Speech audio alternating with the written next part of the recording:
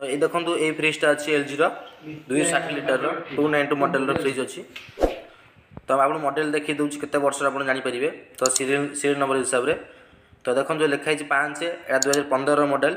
तो आप fast find out करिया कौन होती केस। तो टेस्ट मोड चल कंप्लीट चलला आमर। तो चलला पर देखो जना पड़ा प्रोब्लेम कौन होती तार गैस लीकेज अच्छी एक्चुअली। तो गैस लीकेज जो अच्छी जो फास्ट इंजिन आसते से कौन चेक कले तो आपको कहीपरि जहाँ मुझे चेक कली कंप्रेसर पूरा एकदम ओके अच्छी गैस लीकेज अच्छी।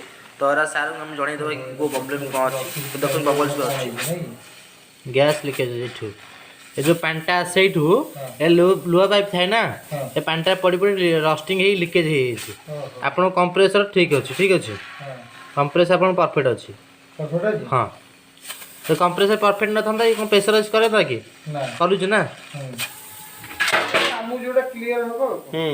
तो आम कम स्टार्ट हो स्टार्ट करके ट्रायल लगे चेक कर लीक अच्छी ना नहीं आम जो होल्डिंग कर मैनुअल चेक कर मिरर। तो